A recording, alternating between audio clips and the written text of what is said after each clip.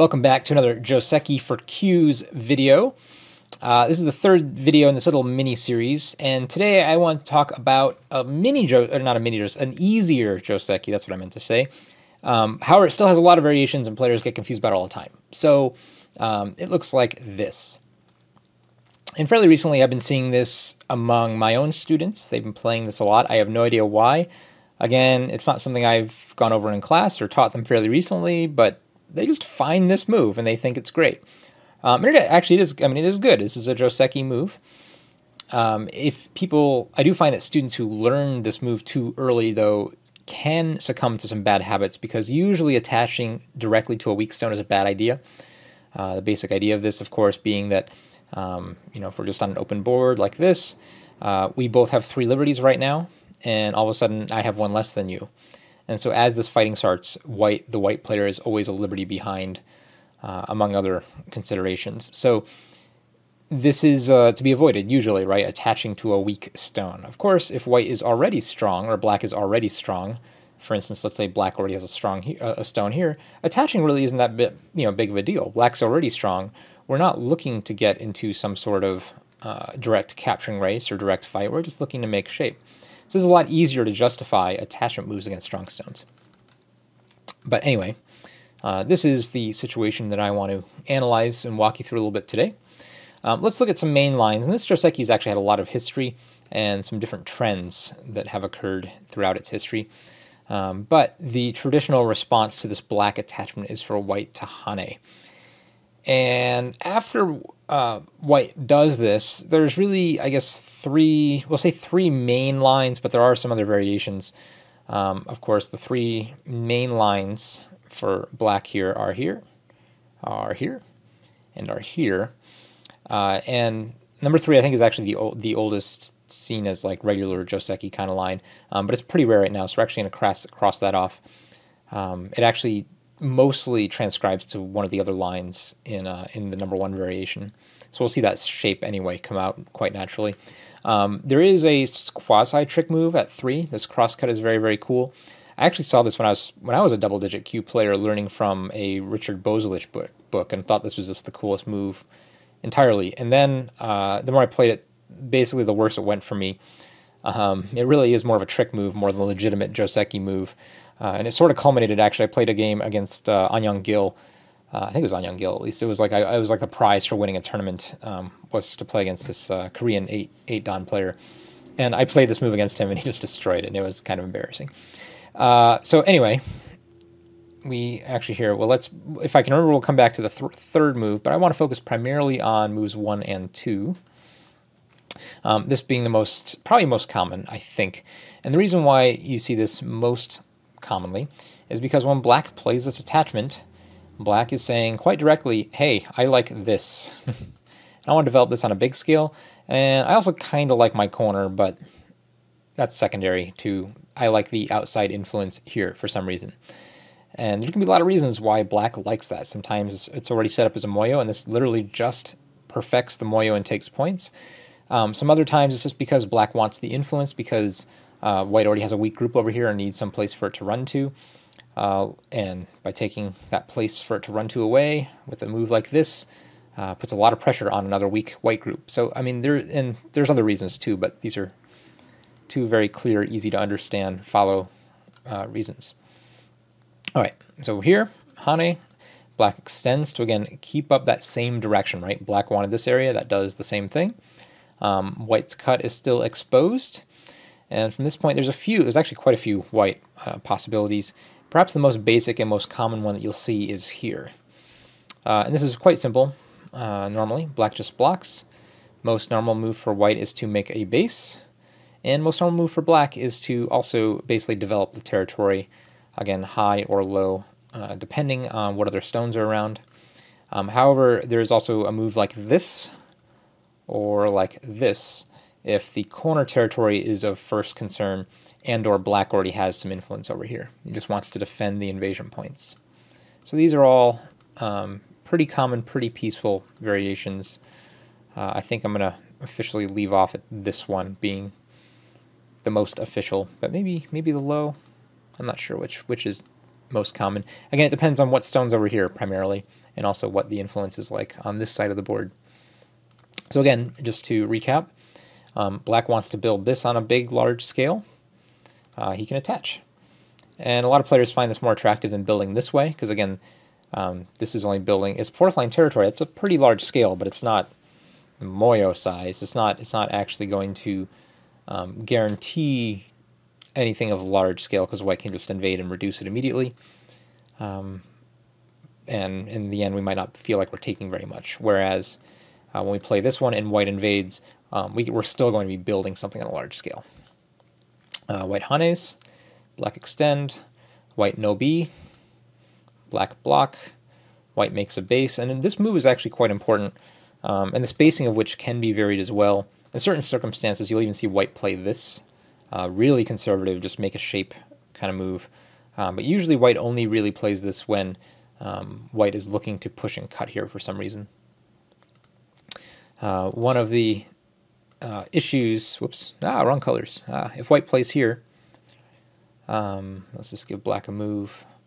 When white plays here, there is this fight that can kind of erupt, but black does have this descend, and it can aim at this cutting point.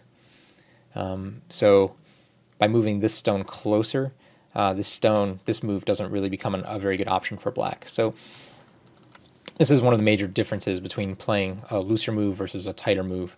Is the tighter you get, the less black can deal with, or the less able black is able to deal with this cut. But on the same token, you're not making as large of a base, might be cramping yourself. There's a lot of things to consider, but for right now, I'm just mostly concerned with all you Q players learning this basic pattern. Let's see another variation. It's going to be pretty similar, actually. In this one, it starts out the exact same way. Black attach, white hane, black no B. Instead of white no B here, white actually plays his own attachment. Black hane. White has two good options. Just connecting here is probably the most simple. Black connects.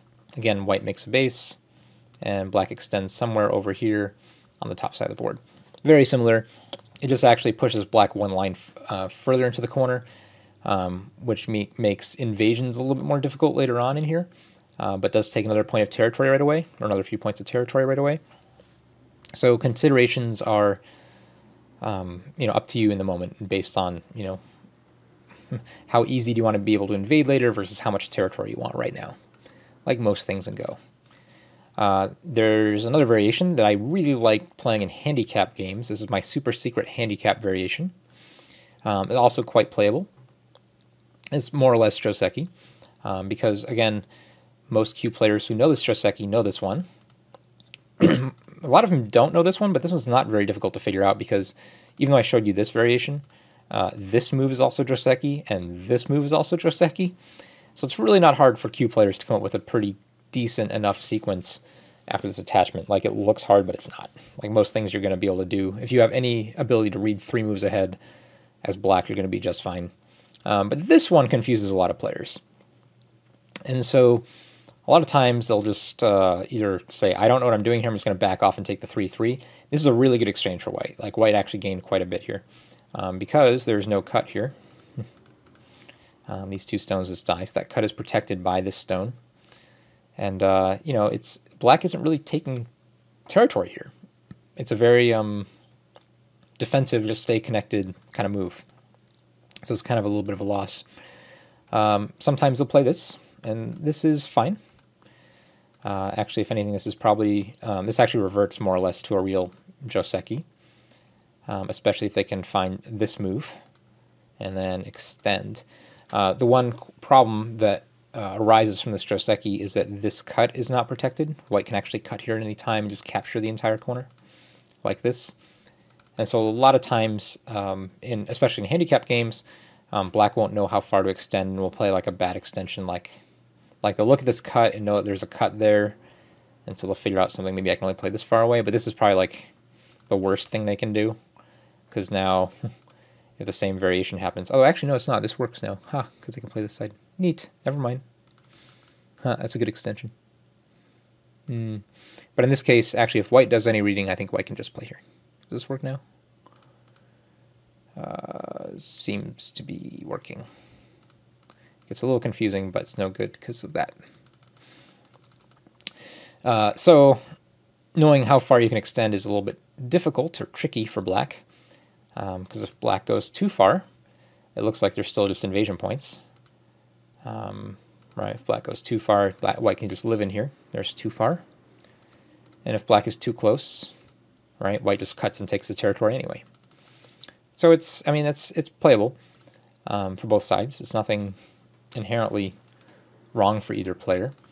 And again, if black is really greedy, that leaves the cut. Although the cut right now works for black, white can use that as a resource to basically invade and control the top. So this is one example of what it might look like. Black can also play here. This is also fine. White makes this exchange, and then black really should not, I think, yeah, should just play here. And this more or less actually reverts to the similar looking Joseki where white just attaches here. Not a big difference. But again, in a handicap game, it's this move that most players don't know and what freaks them out, even though it basically ends up reverting to a lot of the same Josekis as this move.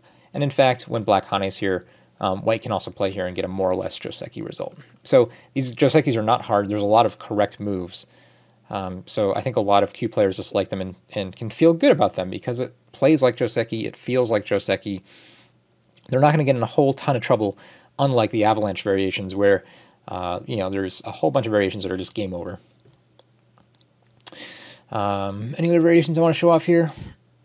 Not really. There is this. White can basically give up these two stones and take the corner instead, but that's a pretty special case as an idea. All right, so let's go back to this situation.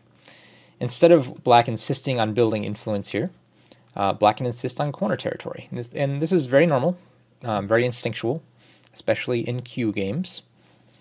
In this case, white can take this Atari immediately, and probably most common is to actually play here.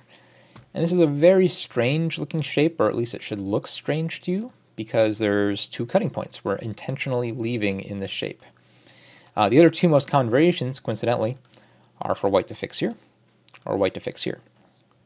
And both of these feel a little bit of a local loss for white, because black actually gets a lot of points, and white's territory is actually, an influence for that matter, is actually a little bit unsettled. So it's very tricky to use these. It's also very easy for white to become over-concentrated. In this case, when white attaches on this side, this is the normal type of variation, and then white will play, or black will play some move on top, something like this, especially if he's already interested in building over here. And white's, there's this white to connect up. It's not very settled. White's not in any real danger yet, especially if he has a ladder or any other stones over here. But for Q players, it feels like you're giving black a lot of points. And I think it's that makes the combination of this move and this move so good or feels so good, that is, for Q players, and why you see it so often in Q games, as well as being just sort of easy variations. It feels like black gets a lot, and it's very difficult to punish black.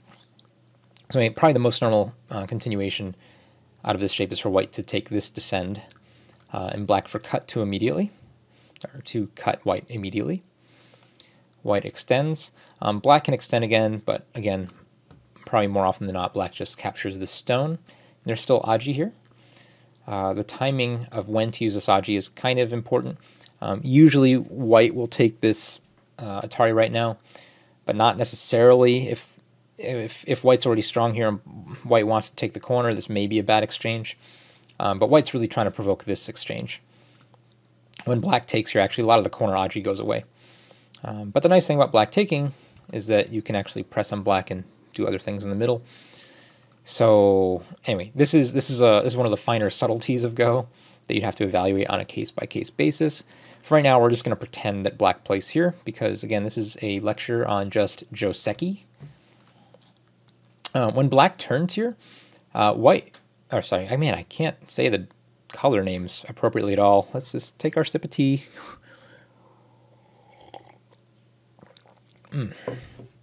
Go back. All right, when black Hane's here, this is actually a very, usually very bad move for black. a very greedy move because white has this peep and this threaten to connect and can sort of skip away here and actually just make a live group where black was trying to make all these points. And it's very, very difficult for black to actually get anything large here. Even though black wanted all this influence, white got the corner. These white stones can still be attacked. Ideally, white would play this after having some sort of support over here, but I think white is okay right now. White is not going to die. So white could actually take these points away immediately. So what does that mean? Well, it means this move is too greedy and wrong. And so usually after this turn, black has to find a move over here. And then white can complete some sort of shape on the side of the board, or having already some sort of influence over here, white can find invasion points to continue to harass this. And if you are looking at this board, right, let's give white another move here, something very safe. You can see that white ends with Sente, if we assume no other stones on the board. Black did get slightly more potential, but it is also fairly easily reduced as well in this case. So it's pretty clear that both players are reasonably satisfied. Whoa, go away, Facebook. Are reasonably satisfied with the result, but I think what I want to say is, black is very, very optimistic, right, when he plays this kind of move. And most Q players fear this, right? It's like, oh, I'm going to get low and get no points. And meanwhile, my opponent's, whoops, wrong one, going to make all these points. But if you know some of these little Josekis that really give your opponent inefficient shape, it's pretty easy to see that black's not really able to get much here, right? You can always attach here and reduce this. There's still Aji in this stone. The corner is not completely solid. White can still monkey jump all into here. So you shouldn't feel bad, right? It's like it's a Joseki that looks better for black than it is, especially considering that white usually comes away with Sente. And that's true actually for most of the variations that when black attaches and white hanes, most of these variations end in white Sente. And this is unlike a lot of the other Joseki that you learn where the person who owns the corner should come away with Sente. That's not true at all in this case. So again, this is probably one of the most common lines that you'd expect to see in actual play. And of course, you could say that, well, if black already has support on top, and that's why he played this attached Joseki, well, then black does come away with Sente because white's last move will have been here. But we are giving an extra stone to black in that case. All right, let's go back. Here, I guess the time is now right. Let's show you what happens when black crosscuts. Now, the idea of this crosscut, ideally, you would play this in a situation where, let's put some other stones on the board. Maybe white already, let's give a white corner here. I'm trying to make this up on the spot, so forgive me if my,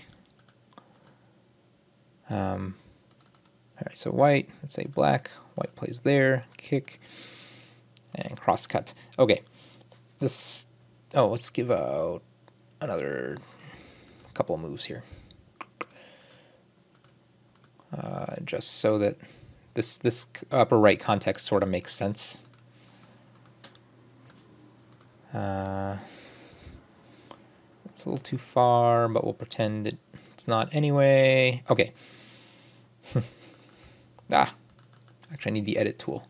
This was, I should have set this up beforehand. All right, move tool, white's move. All right, so here's a game. Looks a little strange. I know he played some weird looking kind of Joseki, but we're gonna go with it. Black has these stones over here, so it's very interested in developing this top into this huge moyo. So he plays this attachment. This is quite natural. And white plays the hane, expecting some sort of normal variation. And white, in the normal variations, white's especially happy because the stone is actually in perfect place to make a base. However, when black plays this crosscut, black is trying to over-concentrate white. It's trying to get white to invest too many stones into capturing this. That's the basic idea. So from here, white has a few choices, but probably the worst one, I think, is just to capture the stone directly. I think is the worst one. It's hard for me to say what's the worst choice. Obviously, I guess, what's a worst choice? Here? I don't know. But you get the idea. A pretty bad choice. Because now, black does not give up this stone easily. Black gives it some more liberties. And white kind of needs to... is really committed to capturing this. If these two black stones live, that means this white stone or this white stone's probably dead, and this white group will actually start coming under pressure again. So white will have to play a move like this. And there's actually this is a more interesting situation than I wanted it to be. So maybe this is not a great example. Let's pretend it's not that interesting. Yeah, and black just takes these Ataris. White can take an Atari, but then white is pretty forced to coming back here and taking this. If he's trying to save these two stones, of course, that gives black another free Atari, and black can take this here. And this. All right, I know this is very synthetic, and I tried to work really hard to get a good result for black. We can see that this super strong tortoise shell shape is actually way too close to this strong white base. This is way over concentrated. If you look at the amount of black points in territory Moyo that he's building, it is quite substantial. White will have a very difficult time matching that. Black was essentially able to seal in the corner in Sente, which let him come back and take this stone. It's kind of a disaster for white to be that over concentrated and not get enough for it. That's sort of an ideal kind of situation that you can try for. Of course, white might try some other ideas. But actually, if black is, again, just committed, black can connect here. And we can play out this sort of annoying variation. These cuts are very dangerous. You can see that white can't actually capture this. Because then black just turns the tables and flips. The stone, by helping take away a liberty, allows black to put the maximum amount of pressure on white. This cut's a little bit better, but it still leaves a whole lot of aji here. Black can descend, and right now we have a 1, 2, 3, 4 liberties to 4 liberties to 4 liberties kind of situation. Actually, I guess black can't descend yet because of this move. Does that gain us enough liberties? I should have actually read some of this out before I played it. All right, maybe black extends first, but I should have done some research. I'm not really sure what the best move for white is after this double Hane. It would take some investment in reading. But in this case, I guess you can still see that this stone is really obnoxious. Yeah. All right, well, here, we'll not worry about it too much. Here's all I'll say is that if you are the type of player who likes to play trick moves, and you like to play 4-4 openings, try attaching and cross-cutting. It's fun. Actually, white can just play here. This is actually a pretty good response to this move. Because if black doesn't play again, this stone's going to die. And it's actually very difficult for black to make exchanges over here without letting white get free moves this way or capturing another stone in the corner. It can be quite difficult. And even if white just plays here and just plays out this very normal looking sequence, white looks like he's over concentrated again. So when black tries to build something really big, it looks like, we took, 15 points here, and it looks like black got 50. But again, the problem is that there's all this aji. Although I guess this aji doesn't quite work as well, because that's quasi-sente for those 3 stones. Yep, I should do more research before apparently trying out these trick variations. All right, I got sidetracked. I really did. I just wanted to stay to the main lines. So again, what are the main lines? Let's go all the way back. Let's go from this side. Approach. Black wants influence here for whatever reason. Hane. Black wants to continue that influence. This is the normal move. Here. Block. make a base, and usually here, if white already or black already has a stone here, black can make pretty solid shape here. Oh yeah, I guess we'll talk about this. If black does play here, there is a really nice invasion point here. And how black deals with this is depending on the overall situation, but this is probably most normal. But in this case, this standing move actually threatens to cut through the corner. And so it's actually quite annoying. White can also play here as well. And while it doesn't threaten to cut the corner directly, it actually threatens to play here, which then threatens to cut the corner, as well as get out a little bit faster. And white is actually fine here. It's actually really difficult for black to capture this directly because of all the weak points in Aji that white has between this push cut, this wedge. There's actually, here, let's show you a sequence. Let's make up a sequence. Again, I'm making up sequences on the spot. All right, when white Hane is here, black wants to block here, but this is a problem. And now the corner is not completely alive, so this is Aji. So I guess we wait on that. We play another move, get out first. There's this stuff. There's just a lot of gunk in there. So often black will be tempted to play closer, but then that leaves this side open, and white can reduce on both sides, and black only gets the corner. The other main line, black wants the corner territory and just wants points, doesn't care as much about this. Of course, this is a little bit inconsistent with playing this attachment move in the first place, but you still see it quite often. White descends. Black normally plays here. In fighting variations, black can play this. This is quite a powerful way to fight, it turns out, because next move will allow black to expose the peep.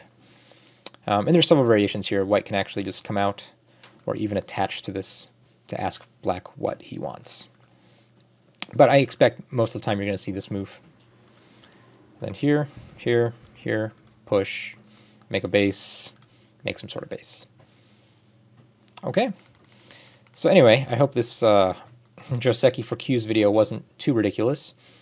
And just to summarize again, I think a lot of Q players really like this move because the variations are not that hard, especially compared to some of the other Josekis I've shown in previous videos. You know, it's almost like you throw a rock into the ocean, you're going to hit some water, you know, as far as the metaphor being, you know, most of the moves here are Joseki moves, most of the obvious moves. It's hard to get that far off book, I think. Although, maybe I should go watch some double-digit Q videos and see if that's actually the case. I guess I shouldn't be surprised when the 20Q doesn't play anything close to Joseki. Oh, this is a cool move too. If white has a ladder, white can play this. If white doesn't have the ladder, it's really hard because what's white's next move? If white doesn't have the ladder, right? If white has a ladder, white could play here and get a reasonable result, maybe. Still loses a lot of points in the corner. But if white doesn't have the ladder, white will have to play something like this. And I think this might just be good enough. Is this good enough? Oh, no. Play, this is better, I think. Yeah. Black can even just jump out, because this cut, there is no good cut here, right? Wherever you cut, it starts a ladder. I guess you have to cut this side. This side doesn't start the ladder. But now white has to defend this ladder somehow and save this stone. Very hard. Oh no, there's still interesting variations. Maybe? Yeah, maybe that's good for black. Alright, I have to read this out more. No one ever plays this, though. This is not a variation you're going to see when white doesn't have the ladder. When white does have the ladder, though, it actually can revert to one of these other Josekis, kind of. We could actually just give that up. That's actually quite bad. If white does have the ladder, I think this is probably just best. And I don't know, just take corner. Play a big move. Very simple. So that's a quasi Joseki, but I really wouldn't call it that. It's very, very ladder dependent. Immediately and obviously ladder dependent. So anyway, thanks for watching this little third mini installment of Joseki for Kyus. Do let me know if you guys like these or you're just don't care. Because, I know a lot of you guys are pretty strong Go players, out there, and these videos are, a lot of review, not introducing new things, and you guys would probably like to watch more games and analysis. And I also know that a lot of you guys are like 20Q out there, and while these videos are in for a little bit higher than 20Q, like 10Q to 15Q, these probably go a little bit over your head. So if most of you guys out there are, too good or too weak at your current stage for a video like this, let me know that, and I'll stop making them. I'll go make something else. All right, thanks, y'all.